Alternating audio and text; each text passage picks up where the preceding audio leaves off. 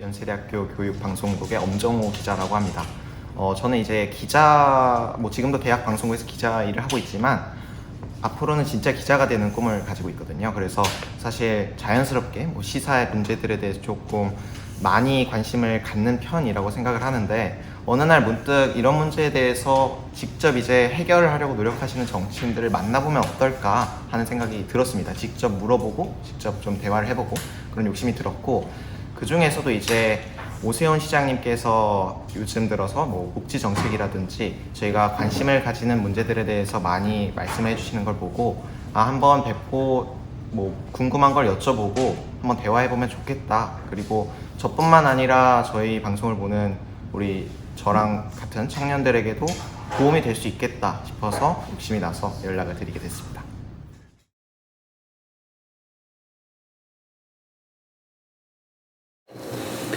일단 반값 아파트라는 걸 들어보신 적 있을 거예요. 네. 반값이 아니라 3분의 1 가격으로도 공급할 수 있어요. 싱가포르가 그래요.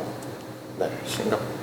그러니까 한 30제곱미터에서 한 50제곱미터 사이. 그러니까 2인 가족 내지는 3인 가족까지도 네. 그렇게 넓은 건 아니지만 생활할 수 있는 정도의 아파트를 매매 가격 한 2, 3억 정도에 공급할 수 있다. 믿어져요? 지금 가격에 정말 3분의 1이면 아니에요? 그렇죠. 근데 실제로 공급이 있었고 서울에서도 네. 있었고 몇 년 안 됐어요. 한 10년이 안 됐어요. 네. 있었고 그리고 계속 할 수 있습니다. 네. 그럼 어떻게 하느냐 그렇게 가능하냐 지금 네. 아마 보는 분들이 그런 생각하실 거예요. 네. 충분히 가능한 것이, 보통 집이 어떻게 공급이 되냐 하면 택지라는 걸 이제 일단 개발을 합니다. 네. 빈 땅을 마련해요. 네. 그래서 그걸 이제 서울시나 중앙정부나, 서울시가 하게 되면 SH공사라는 게 있어요. 서울시 주택도시공사인데, 중앙정부가 하면 LH공사, 주택공사에서 공기업이죠. 거기서 땅을 사들이고 수용할 수 있는 권한이 있어요. 안 팔면 일정한 가격을 주고 사들일 수 있는 권한이 있단 말이에요. 네. 막강한 권한입니다. 네. 이게 비법이에요.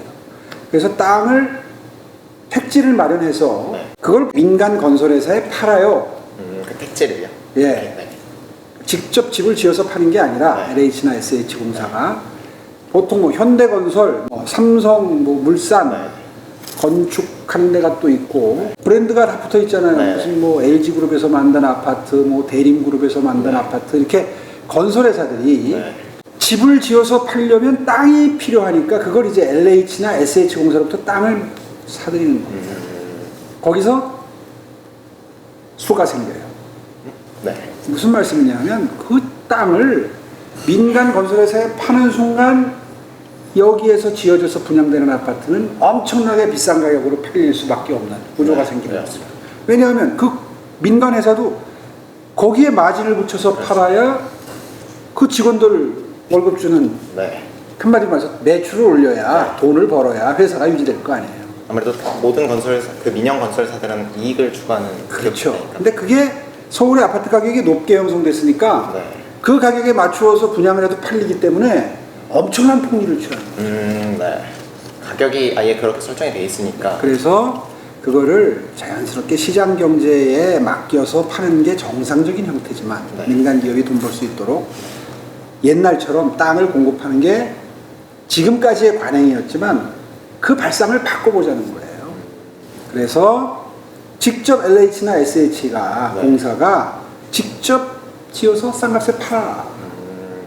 LH나 SH는 이익을 추구하지 않고 좀 더 그렇지. 공적인 역할을 할 수 있기 때문에. 그렇죠. 그렇게 되면 땅값에서 붙는 마진도 절약이 되거니와 건축비라는 게 사실은 그리 높은 비중을 차지하지 않아요, 분양가에서.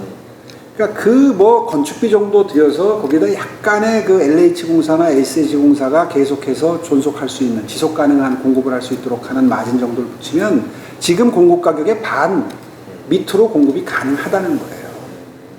네. 실제로 그렇게 공급이 된 아파트가 지금 강남구의 내곡동, 세곡동, 서초구, 오면동 이런 곳에 몇 군데 분포가 되어 있습니다. 그런 공급 방법이 있어요, 첫째가. 네. 그렇게 가격을 낮춰서 청년들이 조금 더 부담 없이. 그럼 청년뿐 아니라 네네. 청년들만 집을 그쵸. 사는 건 아니니까. 네. 집을 구매하는 사람들이 싸게 사는데 그게 몇십 가구, 몇백 가구, 몇천 가구 정도가 되면 효과가 없죠. 그 사람들이 특혜를 보는 거죠. 근데 이게 몇만 가구가 넘었으면 그 근처의 가격을 잡아 끌어내리는 효과가 생깁니다. 첫 번째 저가주택을 공급하는 방법, 지금 설명드린 방법이고요. 두 번째가 토지 임대부 주택이라는 걸 분양할 수 있습니다. 땅값이 비싼 거거든요. 네. 그러니까 땅은 팔지 않고 땅은 LH공사나 SH공사가 소유권을 가지고 있어요. 위에 건물만 파는 겁니다. 그러면 또 가격을 3분의 1로 내릴 수가 있어요. 그러면 지금 분양가가 높은 이유는 토지 가격이 높아서가 보통 오래된 건물은 땅값만 쳐요. 20년, 30년이 넘어가면 네. 건물은 가격이 형성이 안 되는 거예요. 근데 그 땅이 이제 비싸기 때문에 그렇죠. 그러니까 땅의 소유권을 가지고 있어라 이거예요. 네. 그러니까 건물만 살아요. 그럼 싸게 팔 수 있죠. 그 다음에 환매 조건부 분양이라는 걸 할 수 있습니다. 팔긴 파는데 네. 20년 뒤엔 반드시 LH나 SH공사에 환매해야 된다. 다시 팔아야 된다. 다시 팔아야 된다. 이게 싱가포르 방식이에요. 그러니까 그거를 이익을 붙여서 팔고 그걸 전매한다고 그러죠. 전매가 전매를 낳고 또 전매가 되면서 계속 돈이 붙어서 비싸게 형성이 돼 가는 거거든요. 네. 그 이익을 취할 권리를 정부에서 가지겠다는 거예요. 그러면 높게 형성이 안 돼요. 그것도 시도해 봉직해요. 토지 임대부 분양까지는 선례가 있습니다. 서울에. 네. 세 가지 방법을 지금 말씀드렸잖아요. 네. 그러니까 이런 방법으로 지금 현재 서울 주변의 몇 개 위성도시에서 이루어지고 있는 3기 신도시 사업을 이런 방식으로 하자는 게 제 주장입니다. 그러면 일단 기본적으로 지금의 토지 주택 수로는 이 내 집 마련 문제를 해결할 수는 없다 말씀이시죠? 그거 외에 공급이 따라와야 된다는 말씀. 그렇죠. 새로운 공급을 해야죠.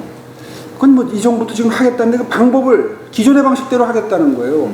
민간회사에 땅을 팔아서 민간회사가 이익을 붙여서 분양하도록. 그러면 기존에 형성되어 있는 높게 형성되어 있는 가격을 낮출 수가 없어요.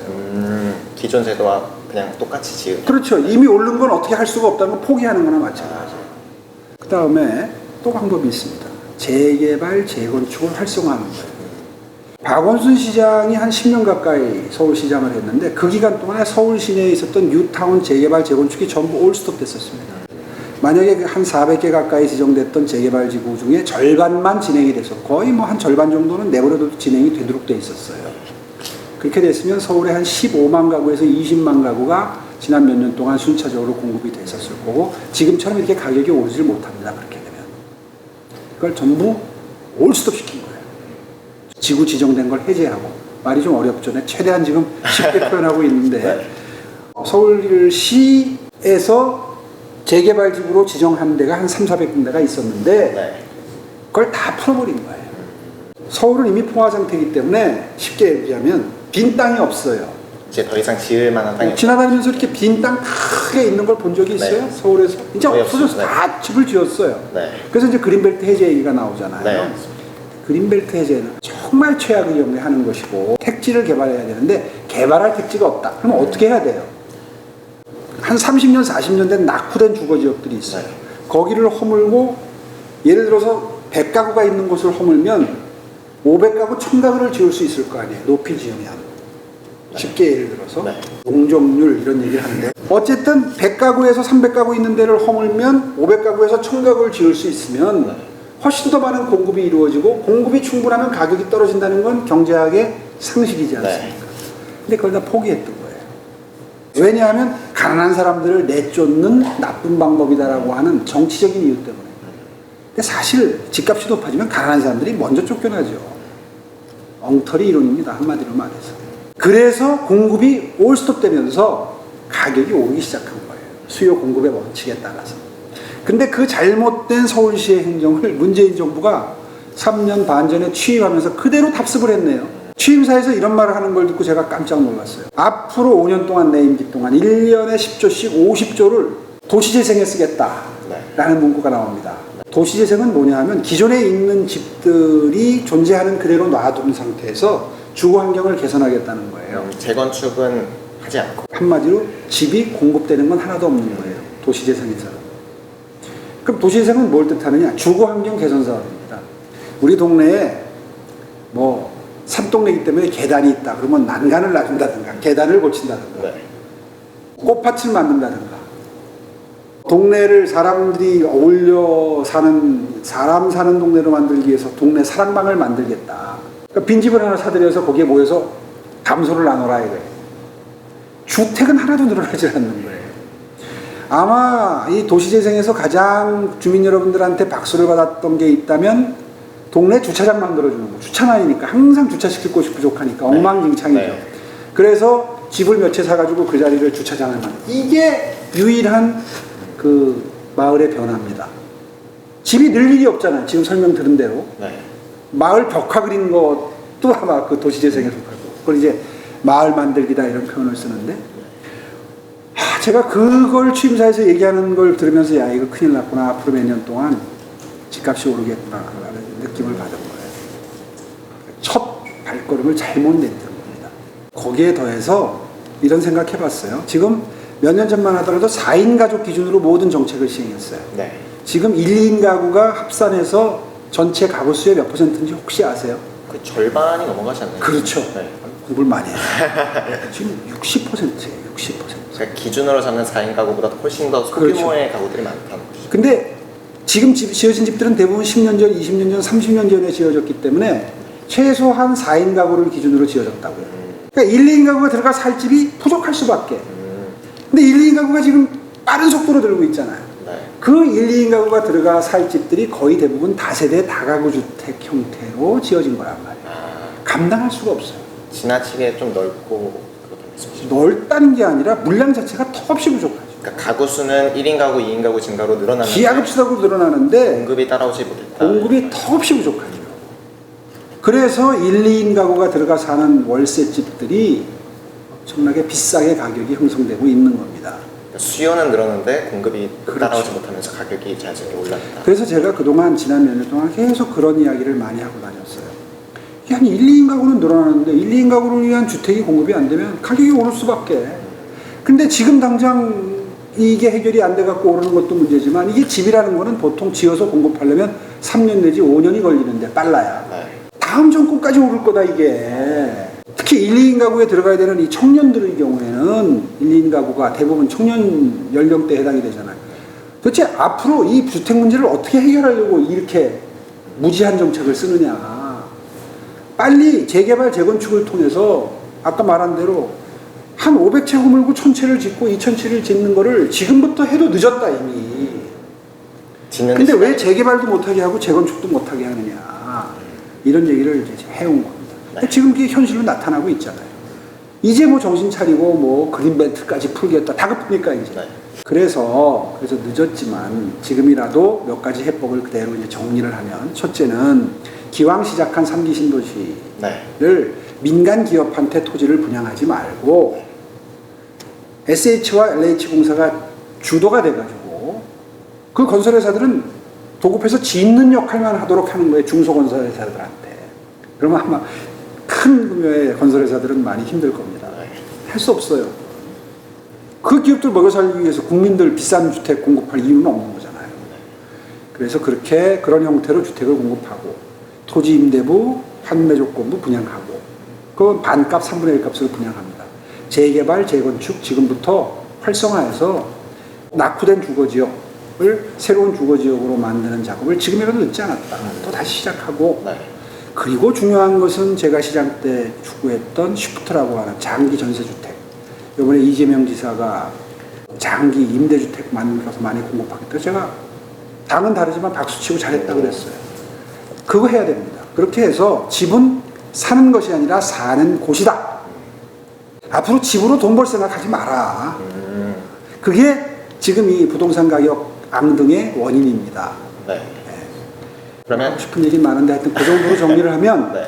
머릿속에 대충 이제 그림이 그려질 거예요. 신도시는 이렇게 하고 서울 시내는 이렇게 하고 대부분 강남, 강북, 수도권 이렇게 집값이 영향을 받아가는 거거든요.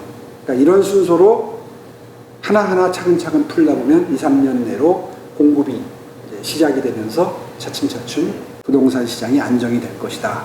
이렇게 보는 겁니다. 어쨌든 공급이 필요한 거는 현 정부든 야당이든 동의를 하는데 방식에 따라 조금 차이가 있다. 이 정부는 공급에 대해서 동의를 안 하고 몇 년을 허송세월했죠. 이제 다급하니까 공급하겠다고 그러는 거고요. 그러니까 뭐 은행에서 집을 사는 사람들 대출을 조인다든가 이건 사실은 굉장한 희생이 따른 겁니다. 네. 또 뭐 이 문제를 해결하기 위해서 막 세금을 올리고 조정하고 이것도 뭐 엄청난 고생을 하는 거예요. 집 갖고 있는 게 죄가 아니잖아요.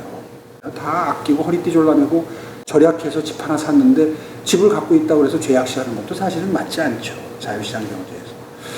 많은 불편을 지금 혼란스럽게 만들어냈는데 이런 것들보다는 오히려 지금 말씀드린 이런 공급이 바탕에 있으면서 이런 제도적 장치의 보완이 함께 이루어져야 부동산 시장이 이제 비로소 안정될 수 있다.